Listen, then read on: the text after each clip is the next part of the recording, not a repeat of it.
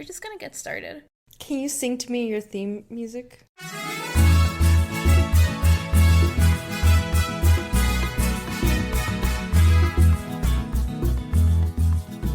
My name is Dulce Valencia, and welcome to TELENOVELASCONDULCE, a podcast where every week I invite special guests to break down the telenovelas we love, from the music to the cast to the unforgettable plot twists. Every slap, every imbecile, every secret twin.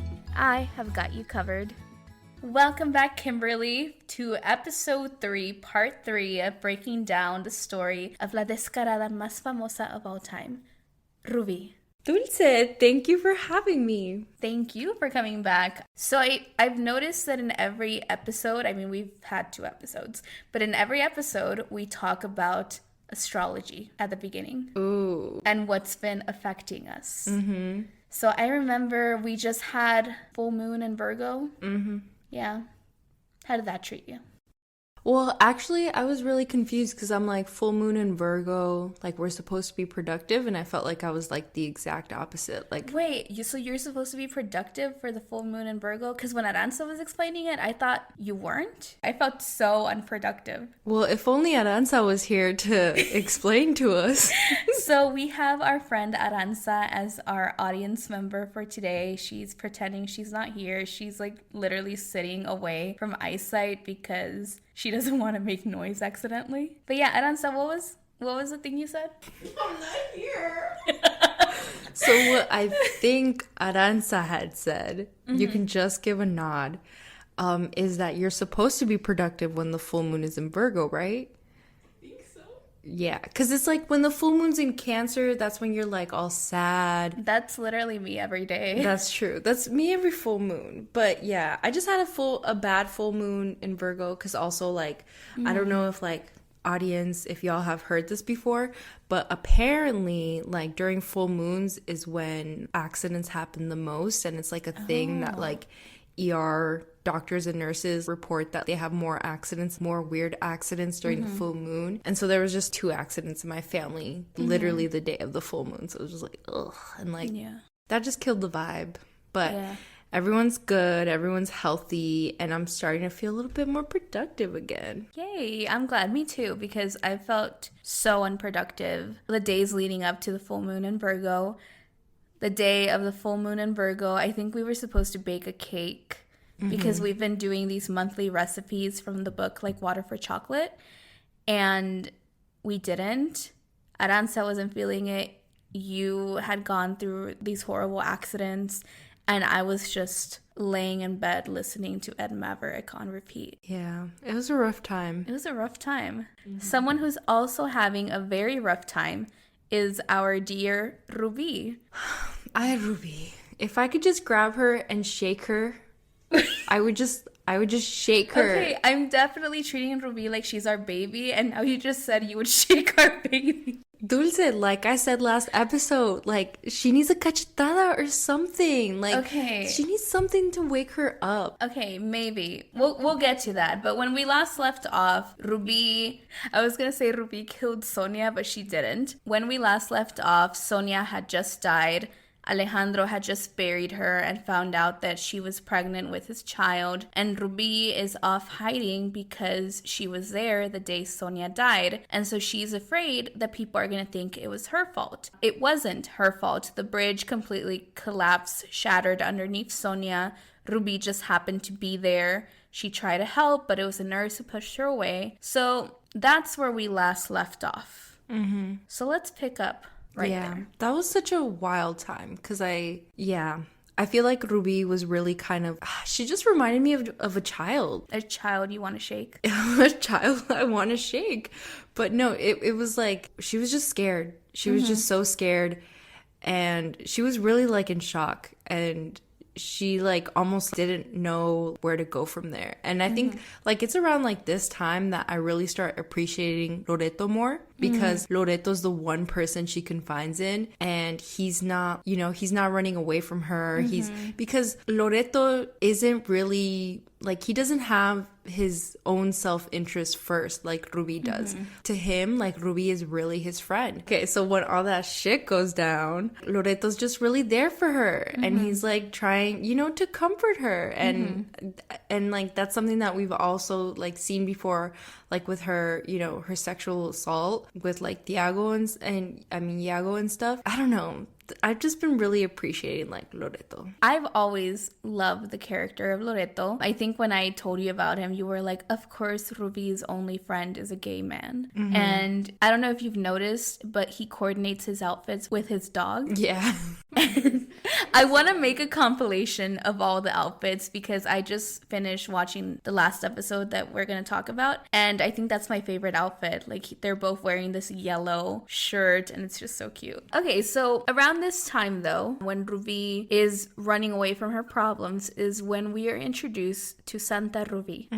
So Rubi decides that she's gonna be a good person, because something we haven't mentioned before, but we should probably mention now, is that there's this psychic that is appearing every so often in this telenovela. And he shows up to different characters every now and then, and he appeared to Rubi early on and basically told her, you made the wrong choice. If you would have stayed with Alejandro, you would have had it all. Eventually he would have become wealthy, and you too, I see you being happy in love and living this beautiful life. And she's like, well, I want that. Like, how can I get that back? And he says, the only way that you can get this back is by being a good person, because I see in Alejandro's future that he marries a good person. So then we get Santa Rubi. All of a sudden, she cares about people. She cares about her sister's happiness. So if you remember, Cristina was caught in a love triangle between Marco and Cayetano. Because of Rubi, she wasn't able to marry Cayetano because he went to prison. And now she's sort of in this relationship with Marco, in a sense that they both raise Fernandita. And so Marco proposes to her. Oh my God, Kim. I'm sorry, because and I told myself like that. I knew I was going to go on this rant. Okay, justice for Marco. Okay, like the only good man on this whole show. Like, who's a bro for Alejandro? Marco. Literally, like, Marco just wants to go for a jog, and then Alejandro's like whining about Rubi, and he just has to freaking take it. Like, and he tells Alejandro, he's like, you're dumb, she's bad for you. And then Alejandro's just like, well, I have to tell someone. And he's always a bro. The fact that like he's consistently willing to sacrifice the love of his life, potentially, or just his first great love, to have her be happy. To me, I'm like, that's what love is. And like, that's a man, that's an honorable man. Justice for Marco. He deserves better. But anyways, because I mean, yeah. All right, so we should probably talk about that storyline. So as you remember, we had a time jump 3 years later. Marco proposes to Cristina. She accepts. She's gonna marry him. Everything is going great. Rubi is now Santa Rubi, so she tells her sister, I don't want you to make the same mistake I did. You do not love him. You love Cayetano. He just got out of prison. You need to find him. And Cristina doesn't believe her sister. She thinks that Rubi's lying. She's like, no, it's only been 3 years. He is in jail for 5, and plus he hasn't found me. She doesn't know that Cayetano is being super proud. So he did get out of prison, but he's stuck in Cancun. So he's like washing cars, helping people with their groceries, trying to make his way back to Mexico. And he finally does. He sees that he has a daughter. I just have so many problems with this storyline, because the day before Marco's wedding to Cristina and Cayetano reunite. Because of Rubi. And so they reunite. Cristina's angry with him because, she wrote to him every single day, and he returned every single one of those letters, never talked to her, never called, never did anything, never tried to be a part of her life. Or Fernandita. And so then we get this misdirect where Marco confronts Cayetano, and he's all mad, and he's like, how dare you go to Cristina? It seems like he's gonna set set him straight and be like, I'm the one marrying her, not you. The last thing we hear Marco say is, I want her to be happy. And we cut to the wedding day. Okay, you're so team Marco. I'm gonna let you tell this. First of all, who did Cristina's hair? I don't know. The wedding dress, whatever. It was fine. It was this beautiful church wedding. And she's walking down the aisle and the whole time, so Cristina, she's obviously hearing what like basically, well, what a lot of people are like talking in her ear, which is like, you love Cayetano, like, except for like Doña Lola, who's like always been team Marco, and she's all like, no, like, casate con el doctorcito. But so she kind of almost like confesses, not really that, yes, she loves Cayetano and she doesn't love Marco, but she really cares for him. But she kind of just sets with herself, I made this promise to Marco. I made a promise when I said yes, and I'm gonna follow through with it. And so she's walking down the aisle and she's walking towards Marco, and Marco is there with like this soft smile on his face. And what does he do? He takes a step back. Who steps forward? Cayetano. This man, not only did he give up this great love, this future happy life with Cristina, the woman that he loves, but he himself went to the man that she really loves and arranged like this whole like secret switch with him. The strength that takes, like the character, I'm just like, justice for Marco. Because I mean, even before then, I just never understood. Like I think I literally texted you, if Cristina doesn't want him, que me lo pase. Because I'm just like, I don't understand. Because it's and like, yes, he was a fuckboy. And like, we've talked about this. Like, Marco was a fuckboy, but like when he falls for Cristina, he really he falls hard. And he was such a good friend with her throughout the whole pregnancy, He raised Fernanda. Fernanda sees him as a dad. Exactly. And he's just such a good friend, and he's such a good man. And and like Cayetano's like bien orgulloso, like he's very like old school in a lot of ways, and it just doesn't make sense to me, but I'm like, I guess, okay, whatever. The intellectual in me wants to analyze this and be like, there's no way that they could have pulled off this switcheroo, because it's a church wedding, and in Jane the Virgin they showed us that there's a lot of paperwork involved in church weddings. And so, you know, I'm like, this could not have happened. But I live for the drama of this. There's also this telenovela called En Nombre del Amor, where they do the exact same thing, where the guy steps out and all of a sudden it's this other guy. And it's like, if you already made your mind up to marry someone, isn't this gonna raise a few questions? I know. Would you marry someone if they pulled this switcheroo? No, I'd be like, what what? Oh, no. Like, yeah. First of all, it'd be very hard to like find ourselves in such a dramatic situation. I feel like we could. Maybe, but no, I don't think I'd do that, because I'd just be like, what? No, because I've always wanted to write my own vows too, and I'm like, I already wrote my vows like specific to this one person. Yeah. Like, I can't give you my vows. Them. Yeah, I'm like, what? No. So Cayetano and Cristina marry. As they walk out of the church, Cayetano finally meets Fernandita and is like, I'm your father, I love you. And it's just, all of a sudden, Fernandita is expected to love this complete stranger, which we'll talk about later. But Rubi is outside the church with Loreto, of course. And they come out and she sees that Cristina married Cayetano. And Cristina's all cocky and being like, you couldn't tear us apart. I got what you never got. I married for love. And you know, I'm so team Rubi. I was like, she tried to get you guys together. I don't know why you're being like this. Okay, as a reminder, throughout this whole time, Rubi has been good. She's been trying to talk to her sister. She met Fernandita, absolutely loves her.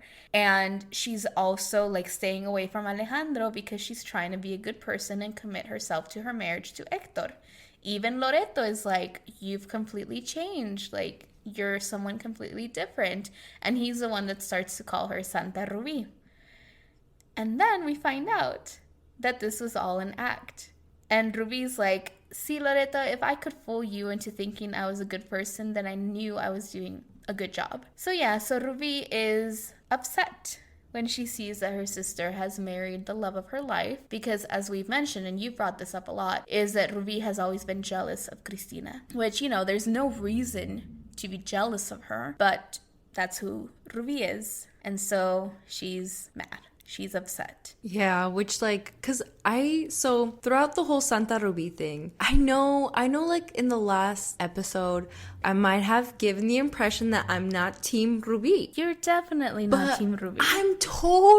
I'm completely Team Ruby. It's because I'm so Team Ruby that I want her to get her ass beat. I want her to someone just like shake her into reality. What's with the shaking? I don't know. I'm aggressive today. I've been through it. But yeah, like, and so when Santa Ruby was going on, so me and Dulce are both rewatching this, right? And so we've had a conversation, and I kind of knew going in that it was all an act, but there was still like this like hope in me. And I think the biggest hope for me was in regards to like her trying to help her sister. Because with everything else, I'm like, no, there has to be a reason why Ruby's doing this. Even like her little acts with Alejandro, and they worked, by the way. I also took notes for that. How Give she me your would, thoughts. yeah, how she would like, all of a sudden he's like, wait a minute, you don't want me anymore?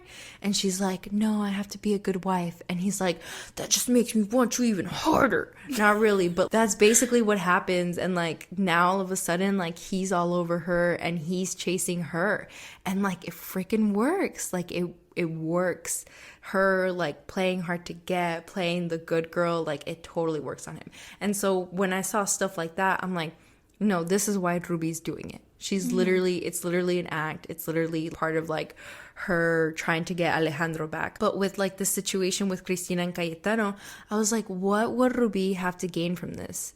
And I really couldn't think of a single thing. And, Cristina would just be like, oh, she just wants to like confuse me and stuff like that. But I'm like, even then, like, it's not really something for her. And so, yeah, in that scene where she's just all of a sudden like really pissed off, like you see, like she actually really did not want that to happen.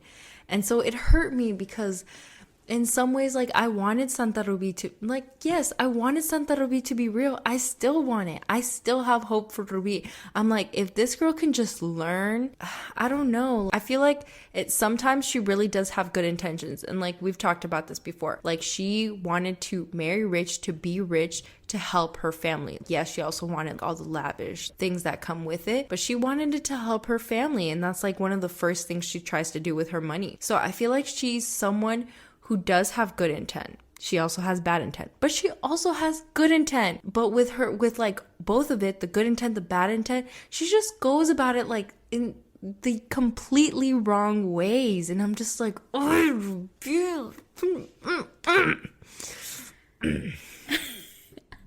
So yeah, so el teatrito se le cae. We see that Ruby is not a good person.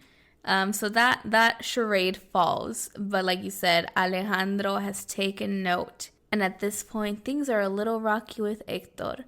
And of course, Sonia is dead. But one thing that looms over Ruby is that the day that Sonia died, she was wearing this little charm, this little brooch of a starfish. And she let Alejandro's mom borrow it. So Alejandro's mom has this brooch that puts Ruby at the scene of Sonia's death. And so this looms over her. So we are going to get a scene shift. So all of these characters are somehow going to find themselves in my hometown of Zihuatanejo. I got so excited because I forgot this happened.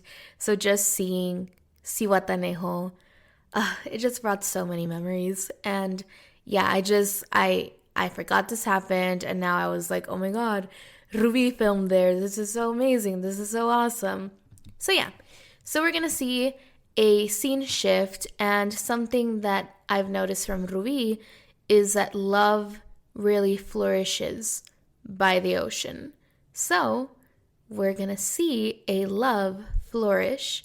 But first, we're going to take a little break.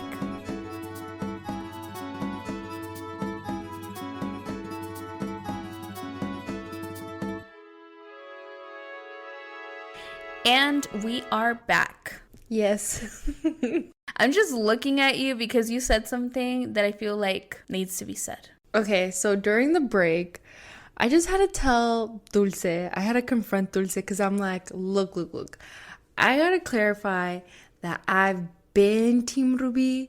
I am Team Ruby. I will always be Team Ruby. But we just have different ways of going about it. And Dulce, you coddle her. No, I do not. You totally coddle her. How do you expect her to be better if she doesn't get her ass beat? I feel like life is beating her up and has beat her up her entire life. But has that worked? Clearly, it like I said, Ruby just took this trauma in a completely different way. I just, I'm not going to judge someone for how their trauma manifests. So. But it just goes over the line. Like, it's okay. like, yeah, definitely. Like, you can, it's kind of like, God, I heard someone explain this about, like, mental health.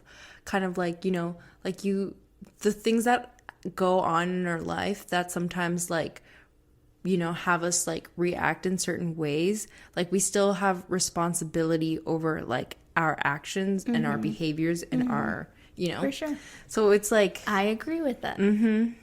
we're having a face-off. I know. Right now. I feel like we have to have like a parenting conversation. We do. Just analyze, our daughter here. Yeah. Because, like, yeah, we both love her and we just love her in different ways. Like, I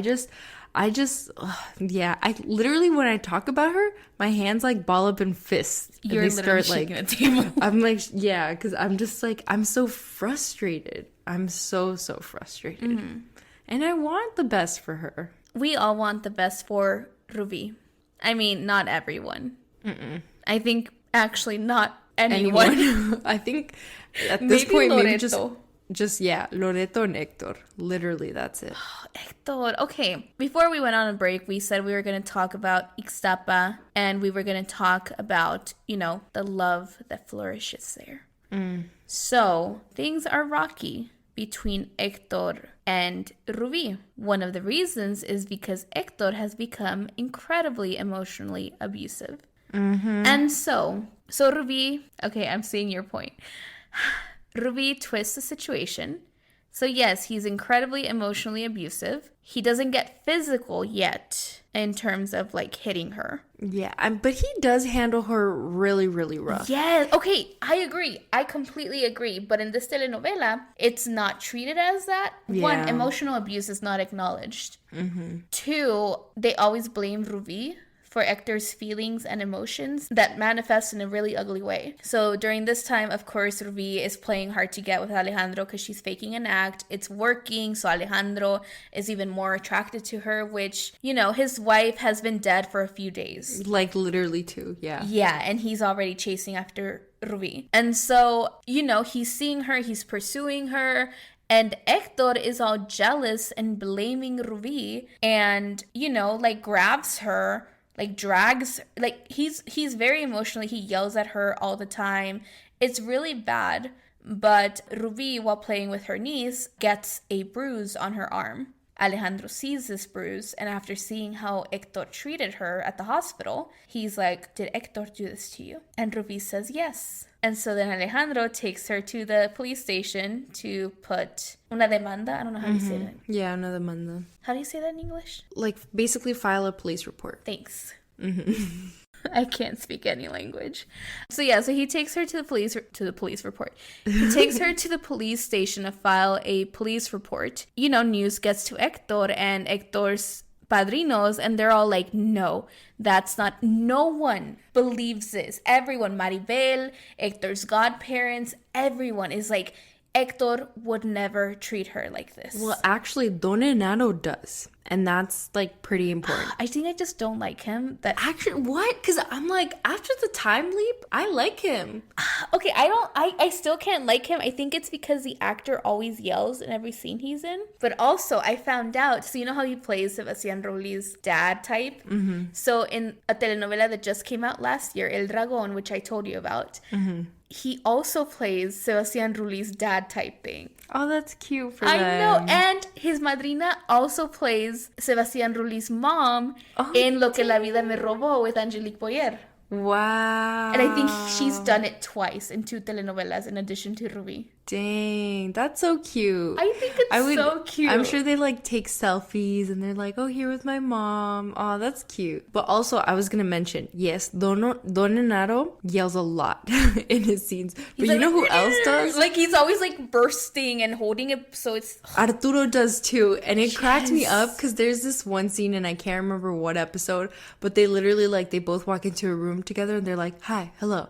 And then they just both start yelling like, go my God. And it was just so funny to me, like how it played out. But so in acting school, we're taught about levels, and you build up. So if you say something at a 2, try next time at a 3 or a 6. They literally go from a 1 to an 11 in a span of 2 words. Mm-hmm. But yeah, I think I like him because he's suffering. He's being rejected left and he had 2 whole families, and all of a sudden he has 0 families. Exactly. But I think in this moment, like, I really like him. And I've been like taking notes in the notes app, like as I'm watching, and literally like for this, like, episode, the first line I have is, I hate Elisa.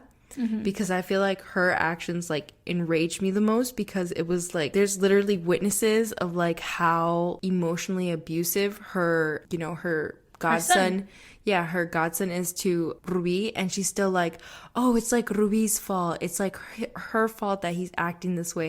And I'm like, no matter what someone does to you, like, you still have the power to like choose, and yes, like, we're humans and we're all like quick to we all like react emotionally, but we still have choice. And like after that initial like emotional reaction, we should be able to pull ourselves back. So I'm just like, I hate her for that, and I love Don Enaro for being like the only one who really, outside of like Alejandro, even Loreto, because Loreto's kind of like, weirded out by the fact that every time Hector calls her, she has to be like, I'm with Loreto, like, and passes the phone to him. And yeah, outside of like her best friend and the man who's in love with her, the only person who believes her is Don Enaro. And they've had a really rocky relationship. It was Rubi who found out about his secret family. Mm-hmm. It was Rubi who convinced Elisa to file a police report that ended with Genaro in jail. Exactly. And so the fact that he was able to put all that stuff aside and just be like, no, this is wrong, like, I really, really respected him for that. I still don't like him. But anyway, back to the main plot point. Rubi is lying about Hector causing the bruise, but she's not lying about Hector being abusive. However, because again, in this telenovela, emotional abuse is not being acknowledged, no one believes her. So she leaves Hector and she decides to go with Loreto to Ixtapa, where Loreto is having a show. Yeah, he has a fashion show in Ixtapa. Just casually, Alejandro and his entire family is also going to Ixtapa, which, you know how we've been watching this on YouTube? Mm-hmm. One of the comments was like, this is the only hospital where the doctors have so much free time and can take family vacations and go to Cancun and shit. That's what I'm saying. Literally, it's in my notes. I get annoyed for the other people in the hospital because they're constantly having like their whole like dramatic lives play out while there's probably people in the other room dying. Exactly. I'm like, oh my God. Yeah, so they go to Ixtapa, and around this time we are introduced to Elena, portrayed by the beautiful, the brilliant Yadira Carrillo, who I love because my middle name is Yadira, so I always thought it was cool. And she's just a baddie. She just has a way of her. So she works for El Conde, the Count, who is a shareholder at this hotel where Hector becomes a part owner. So Hector and her are paired up to go conduct a business meeting, and they end up in the jungle. So Hector and Elena are in the jungle. Rubi has found herself in Ixtapa with Alejandro. And so we get this scene where as we mentioned in the previous episode, Alejandro's mom has Alzheimer's. So she goes into the ocean chasing starfish, and she gets pulled by the waves. She starts to drown. Rubi saves her because she's casually at the beach too doing a photo shoot with Loreto. And she sees that it's Alejandro's mom, so she saves her. Alejandro sees this. His feelings start to stir up. And that night, Rubi is out in her balcony staring at the ocean, staring at the moon, when she notices that Alejandro is also doing the same thing. So what does she do? She takes off her clothes. Queen shit. She takes off her clothes and then walks onto the balcony again because she knows Alejandro's gonna see her. So he does. He looks at her and then she looks at him too. And then all of a sudden she's like, oh no, I'm undressed. yeah. And she runs to the side away from him and she starts laughing. Oh my God. And the next morning it works. Alejandro sends her flowers, invites her to dinner. A reconciliation is looming. They go out. Rubi explains that she has separated from Hector, which is a lie. They're essentially... It's not a lie. No, it is. Because they never really specified the terms of their separation. Well, that's true, but it was a separation. It was a separation in the sense of Hector is at the Selva and Rubi is at Ixtapa. Like, they're literally apart. No. They were going to talk about their relationship when they got back. Yeah. But as of this moment, but Kim, Dulce, are we going to disagree? I guess. Here we go again. No, like, I'm pretty sure, and we'll go back. No. I'm 1,000% sure. Okay, I'll give it to you this time. Because what I thought it was is they were separated, but Hector, like, they were looking at it differently. Because Rubi, when she was being Santa Rubi, Hector was still being really, really abusive. And that's when we get, like, independent Rubi, who's, like, you know, trying to, like, not be dependent on any man, you know? And so, like, I think for him, more than anything, it was like, okay, we're gonna come back and talk about our relationship and be better than ever. And she was just kind of like, ugh, like, I need a break from him. And she tells him, like, we're separated. But what she does is she tells Alejandro that they're for sure, like, getting a divorce. At least that's how I remember it. No? Whatever.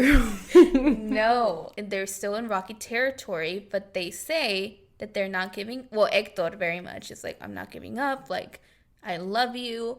We'll have a chance to reconcile, to fix our issues when I get back. But Rubi is like, I'm going to have free time in Ixtapa. And at this point, she's just thinking of having a good time with Loreto. Mm-hmm. But the universe puts Alejandro at her grasp. So she literally says, she's like, well, this is going to happen. So the only way to get Alejandro is if she lies and says that she's separated from Hector. So she says, I'm separated from Hector. Rubi and Alejandro are finally allowed to live out their love for each other. I think in the dinner, they're literally, well, it was like a whole day, right?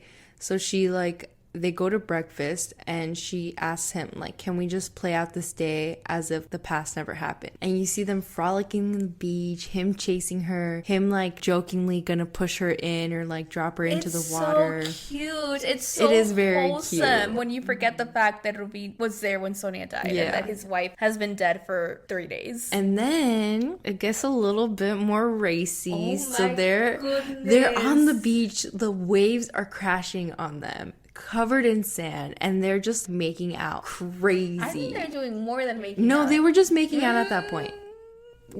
I think we only see them making out. Maybe we only see them making out. I don't know. But yeah, so, like, and then of course it cuts to their hotel room or whatever. Covered in roses, no? There was candles everywhere. Yeah, like, how do you don't get even that layout? Yeah, I don't know, because you never even, maybe, like, they, for purposes of the camera and not trying to show their body parts, their private body parts, they, like, positioned them, you know, where they were both kind of sitting down facing each other. So there's just, like, candles all around them, and it is very, like, oh, like, who lit the like, yeah, it's kind of like, damn, did they take the time to light all these candles? I don't know. Who did this? Yeah. That's what I want to know. But yeah, they live out their love. Exactly how you said. It was so wholesome. It was so beautiful. And it just she felt like laughing. Finally. She was laughing. They were joking. They were both beautiful. glowing. And it was beautiful, and it made me sad because I'm like, damn, like, this, obviously we wouldn't have a novela if she would have just stayed with Alejandro. I'm just like, she could have been having this. They could have been having, like, this happiness. Yeah, because when the psychic tells her about the vision he sees, we see this. We see them frolicking, laughing, living this beautiful love story. If Rubi would have just been patient. Hi, Rubi. Hi, Rubi. But yeah, so, like, they have sex, and the next morning, his family, at this point, they know that she's there. His sister knows that, you know, Rubi was with him and was very upset. They're just like, where's Alejandro? Like, he was gone the whole day, and, like, then he was gone the whole night. and his family is pretty upset about it. So they decide that they're gonna go back. And I don't know why Rubi and Loreto go back. Is it just because they're like, let's just go back? Well, they were only there for his fashion show. So once that's done, like, they can go. So everyone goes back. Alejandro's family is really upset with him. And he's actually, like, defending her. He was like, oh, like, he tells his dad, like, oh, you want to thank the woman who saved his mom, Carla? Oh, that woman's Rubi. And at this point, like, before they leave, Rubi is so scared. She's just scared that, like, as soon as they get back to Mexico, like, she's going to lose this all. And then comes the moment, probably, like, the moment where I just really see like Rubi's potential to like overcome her ambition. And it's before they leave and she's telling him how scared she is. She also tries to confess that she was at his home with Sonia when she died. She does try to confess, and she's persistent, but Alejandro is just like, please don't talk about her, please don't talk about her. And she's like, okay. When I see that scene, I'm like, oh, like, see, she's trying to be good. We She's could trying have to tell had him. a whole different telenovela if that would have happened. Exactly. But then like in a later scene, she's telling Loreto about it, and she's like, better for me. And I'm just kind of like, I have to be like, come on, like, but she really did try to tell him. She did. Another key thing that happens here is the starfish brooch that Rubi was wearing. Carla is Alejandro's mom, takes to the ocean, and it's found by Sophie's boyfriend, who then takes it with him. And so they all return to Mexico after some beautiful days spent in my hometown of Zihuatanejo. Go visit, go support. Tourism is like our number one. Well, not right now. This is an unsponsored podcast. I know, Zihuatanejo, where you at? So they all return to Mexico. Meanwhile, as we mentioned, Hector has been at the selva in the jungle with Elena. Their car breaks down, so they have to spend the night in this abandoned cabin where we find out Elena has a really deep phobia of spiders, and she wakes up crying. It's a really serious thing, and so Hector is there for her, supporting her, being a gentleman or whatever. I don't know. I still don't like him. Yeah, same. But he's like supporting her, and he like recommends she go see a therapist when they return back. So they seal their deal. Everything works out in the end for them. And so now we have our two groups making their way back to Mexico. Oh, how could we forget? So in Ixtapa, before they leave, Alejandro proposes to Rubi.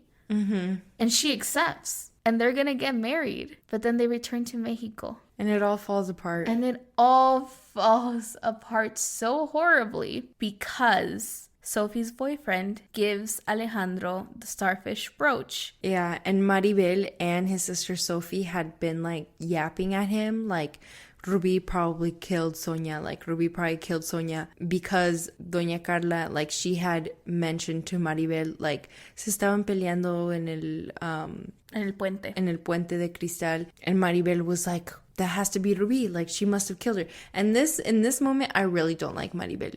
Because I'm like, you just hate Rubi and you're jumping to conclusions. And I'm like, also, you're about to ruin it for her. Like, shut up. And so like, already, like, Alejandro was hearing this. He was really being pretty stubborn. No, like, you know, she has Alzheimer's. We can't always believe the things that she says. And I love Rubi. Rubi's changed. I'm going to marry her. But yeah, when he sees that starfish and he remembers that that's the one that Rubi was wearing that day, he kind of pieces together that she was at least there. And then having heard what, you know, Maribel and his sister was saying to his ear, he was like, oh my God, did Rubi kill his wife, And Sonia? also, the nurse who used to work for them is gone. She's disappeared. So in Alejandro's mind, Rubi paid the nurse off because the nurse knows something. Yeah. Everything falls apart. Rubi calls him. She's like, I'm gonna go have lunch with you at the hospital. She goes to the hospital where Alejandro shows her the brooch. This part is so sad. It's so sad because Rubi, for once in her life, is being honest. And she says, yes, I was there, but I didn't kill her. And she's crying because this traumatized her too. Like, Sonia's death really affected her. So she's explaining to him how she used to go. She basically tells him everything. She used to sneak to his house, to visit his mom. And that day she was there, she got into an argument with Sonia. They were on top of the bridge, and the bridge shattered, and Sonia died. And when Rubi tried to help her, the nurse told her there was nothing left to do and advised her to leave. And Alejandro doesn't believe her. And it's so sad because, like, it's like visually it's also really sad. Yeah, like you said, like Rubi is crying, but I think like the thing that gets me is like, so he shoves her out and he's like yelling at her like, get out of my life, get out of my life. He shoves her out the door, and then he just kind of like collapses and is leaning on the door, and he's crying and he's still shouting like, get out of my life. And she's on the other side of the door and she's just bawling, and they're both so heartbroken. And like, that really hurt me. And it doesn't end there, because Alejandro wants justice to be served. So he goes to the police station and files a police report against Rubi. And our dear Rubi goes to prison. They arrest her for the death of Sonia. And we're going to take a little break. And when we come back, we find out what happens once Rubi is put in prison.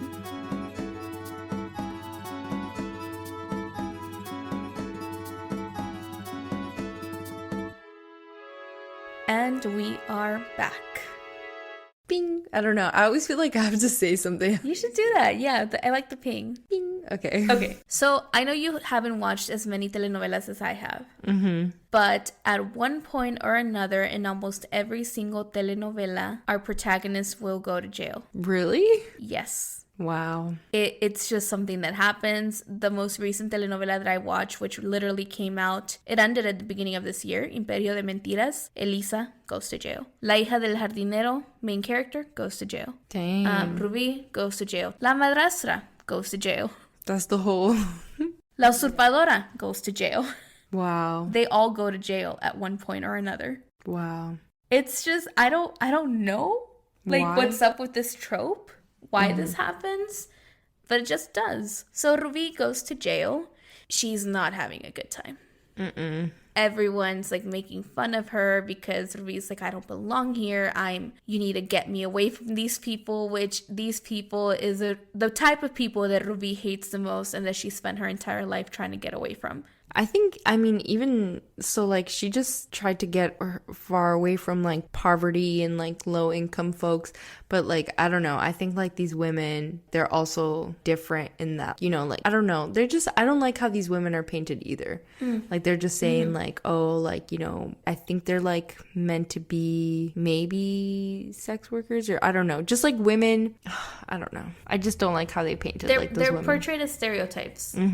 And that's literally how every prison scene in telenovelas are played. I think even in like even in American media. Yeah, you're right. So Rubi goes to jail, and this is the part where Hector all of a sudden becomes a really loving and supportive husband, and he's doing everything possible to get Rubi out of prison. So he's unsuccessful. He doesn't get her out, but El Conde, the Count, does. So he has a friend who's a judge or whatever, and he is able to get Rubi out on bail. You know, Rubi, there's a point where Alejandro goes to the prison and gets to see Rubi in jail and sees just, you know, how dirty, disheveled, everything she is. And he feels sorry for her. But Rubi hates him. So she's so proud, and she's like, take me back to my cell. I do not want to be near him. So, se tienta su corazón a bit. He starts to feel bad, and he starts to wonder if he was too quick in putting her to jail. And then, after Rubi is released from prison, the report on Sonia's death is finalized, and it is determined that it was an accident. And around this time, Maribel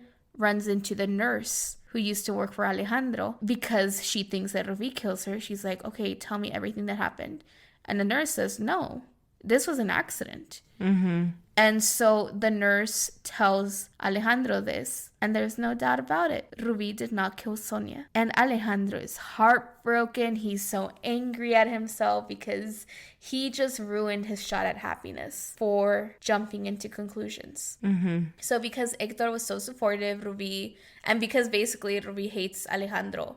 Hates, but not really, because she still says, like, even though he has hurt her in every way possible at this point, she can't hate him. She just loves him too much. Yeah. So Rubi is out of prison. She goes to see Alejandro. And then as she leaves, she faints. Mm-hmm.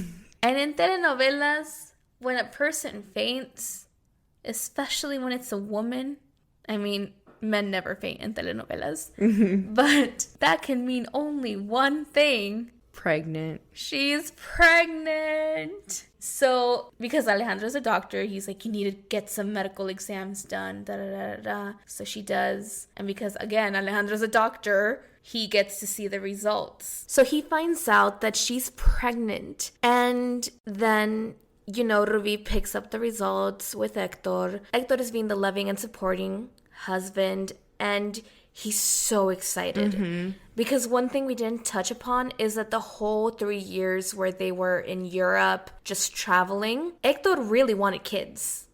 So they kept trying in quotations, but Rubi was taking birth control pills. She did not want to have Hector's And child. I think, he even discovered her pills, and then at that point was when they were really rocky, and she was like, well, I just started taking them because, like, how can we have a child right now? And then, but I think after that, that's when she starts taking the pills. Yeah, so that's why, like, Hector, like, does really, like, believe this is his child. And so while they're having this moment, Hector's really excited. And of course, like, Rubi being Rubi, she's going along with, like, this lie because she always plays her cards really close to her chest. And she's always really strategic. And so she's like, okay, she's just going along with the lie. And she's like, oh yeah, like, woo, pregnant. And then down the hallway, witnessing all of this going on is Alejandro. And right before then, you know, he was feeling remorseful about what he did to Rubi and, you know, really excited about her being pregnant and seeing this as an opportunity for them to, like, reconcile and, like, find their love again. And then when he sees this, he's like, oh my God, like, the child is Hector. And like she lied to me. They weren't separated. This is his son. She was with me while she was pregnant. He keeps bringing that up. I know. But to me, I kind of understand that. Like, I don't know. First of all, though, even if she had been pregnant with Hector, most women don't find out that early on. Yeah, what was she, like, 3 weeks? Yeah, I think so she was like if she 2 or would 3 have been weeks. pregnant with Hector's kid, she would have been weeks pregnant. So again, women don't find out that soon. So he's supposed to be a doctor. So the whole mentality of this. Well, but also he doesn't know Hector and Rubi's sex life. At least, like, in my observations, women can go 4 months before they even start showing. And, like, some women have really minimal morning sickness, and then of course, like, some women, it's so bad that they have to go to the hospital. So I kind of get where Alejandro's coming from. And because it's Rubi, like, at this point we're like, she could be capable of anything, you know, we're like in that mindset, I guess. So anyway, so then the big question rises: who's the father of the child Rubi's carrying? And a few scenes/episodes before Rubi finds out that she's pregnant, she runs into the psychic again. And he says, I see a great love in your future. You are gonna fall in love with someone. And she's like, yeah, Alejandro. And he says, no, you have not met the person you're gonna fall in love with. And he says, this is another love that's gonna give you an opportunity to change for the better. Ay, Rubi. So then Rubi knows. She knows who the father of the child is. It's Alejandro. And because she had always said, like, because she's always been like, you know, she even had a fight with her mom about it. Like, I'm never gonna, you know, she was like, I'm never gonna get pregnant. Like, why would I ruin my body? And then she's also, like, always said, like, if I ever have a kid, it's gonna be Alejandro's. Like, that's the only man who I would have, like, their kid. Because she wants any child that she brings into this world is to be a child born out of love. She's so old school in some ways. She's so old school. She really is, though. We talked about it, how she waited until marriage. Yeah. So yeah, she's always been a little old school. So yeah, she knows who the father of her child is. But like you said, Rubi plays her cards right. So to Hector, she's like, this is your child. Da, da, da, da. I'm so happy. Everyone is happy for Hector. But then she goes see Alejandro. And then she tells him, this is your child. And Alejandro doesn't believe her because he saw Hector's reaction.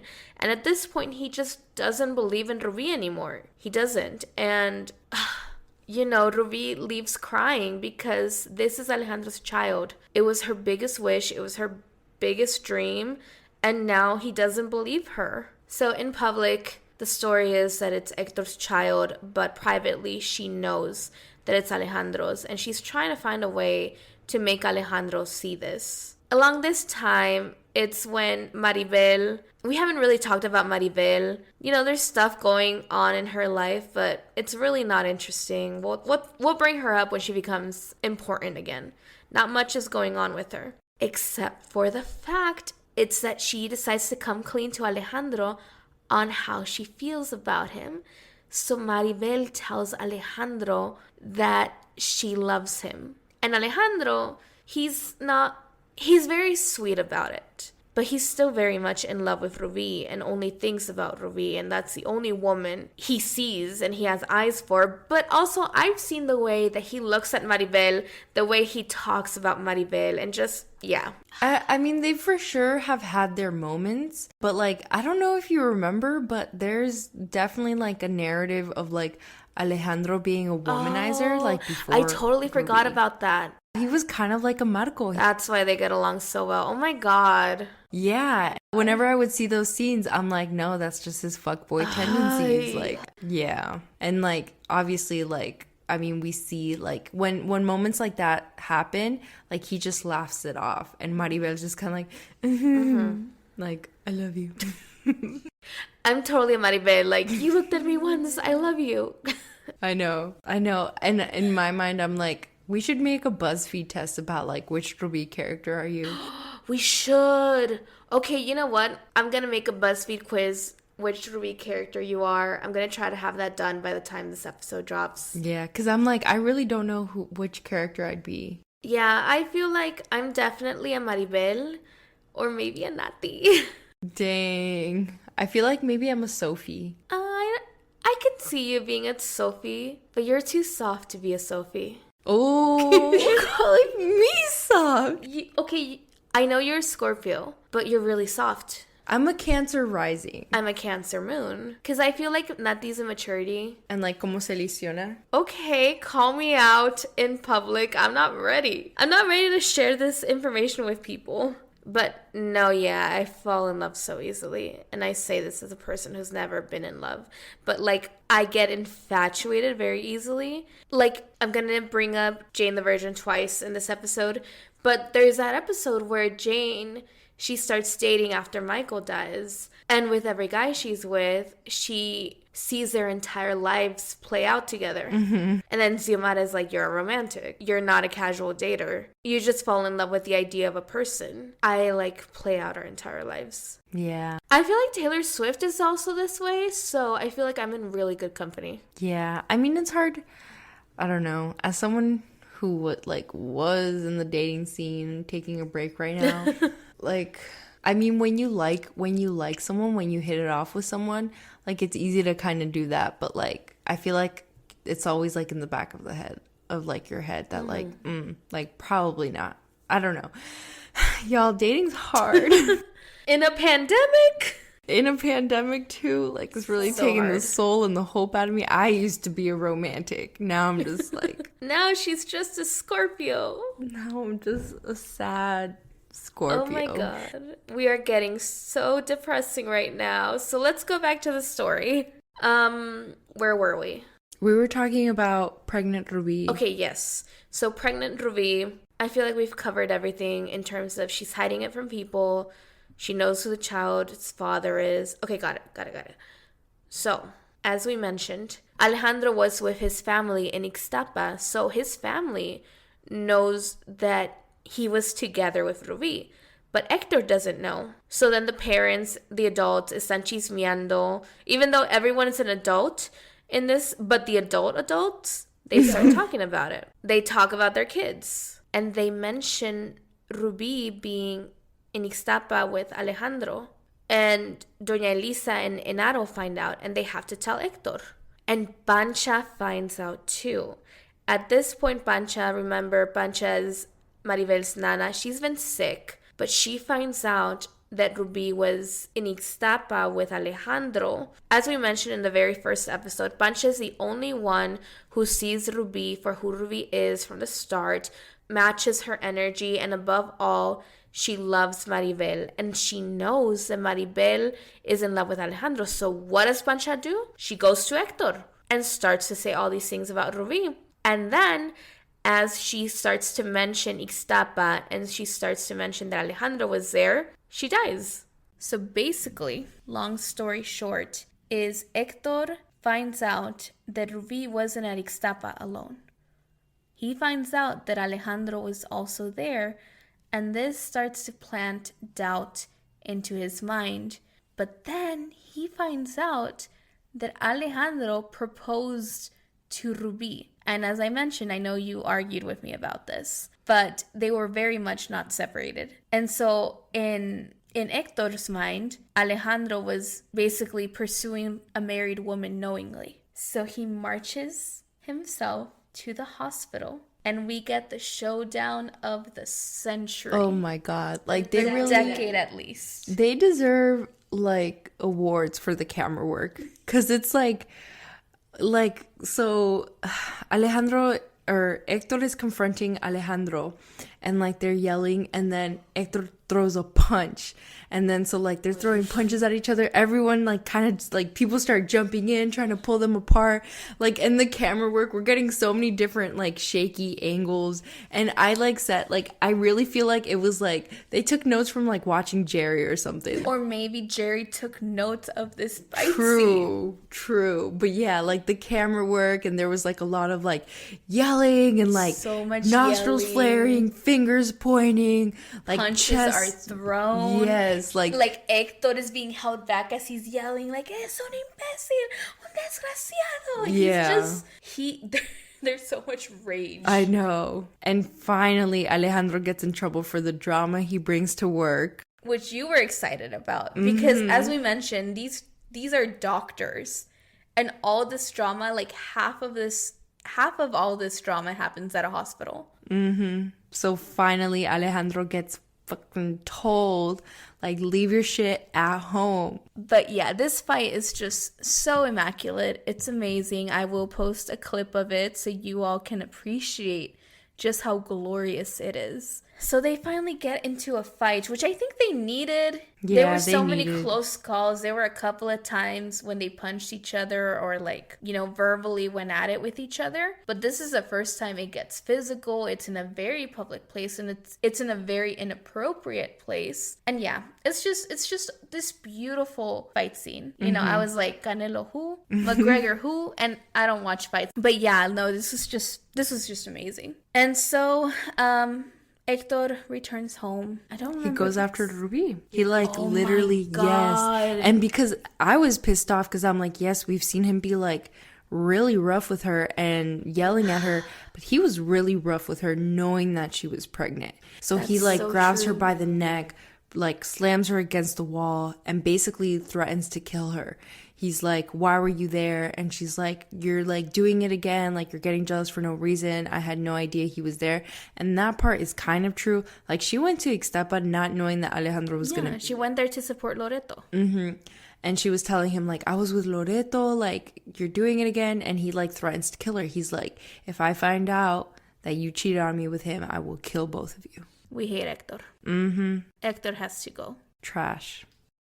So yeah, a day later maybe, Hector comes home and he thinks that Rubi's child is his. But there's been some doubt simmering in his mind. He comes home with flowers, which I don't remember why he has flowers for Rubi. Maybe he's trying to apologize. Yeah, he's trying to apologize because throughout all this, like, Rubi often gets Don Enaro involved because she's like... Well, he was there when Hector got really physical. Yeah, and so she often gets him involved and, like, you know, like, they've been trying to talk to him. And also Rubi kind of, like, falsifies an ultrasound.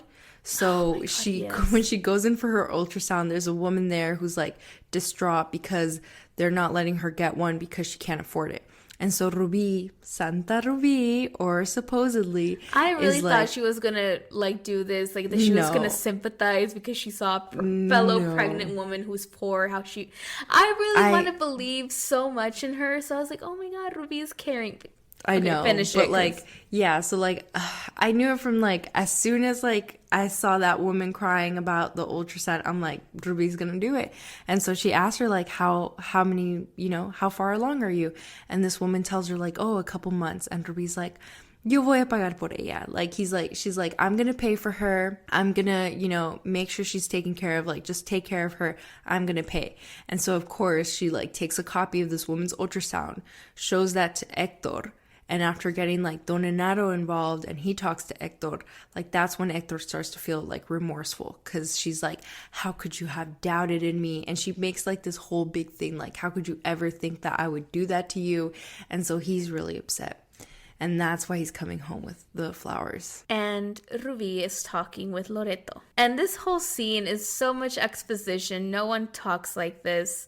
But basically, long story short, is Rubi tells Loreto how Hector is going to be wrapped around her finger. She's going to leave him for a few days to basically put him in his place. And he will never suspect a thing. And he can never suspect. And even though this child isn't his, she doesn't care because this child belongs to the only man she has ever loved, and that is Alejandro.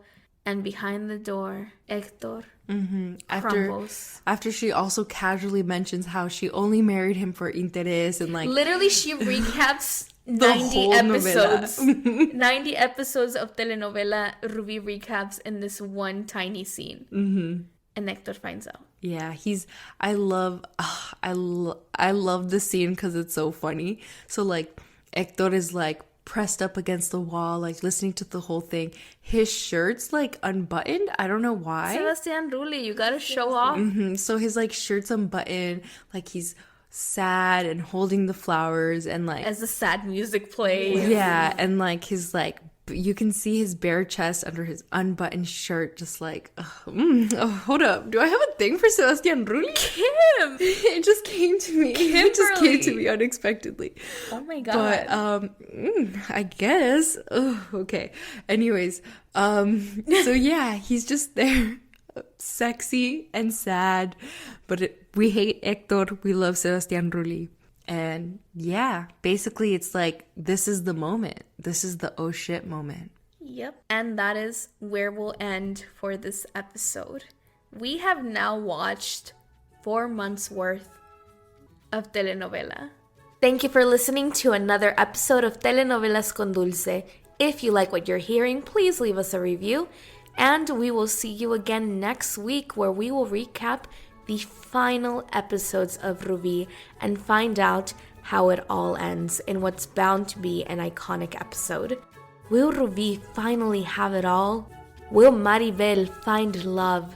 And will Hector finally set aside his obsession? Find out next week. See you soon.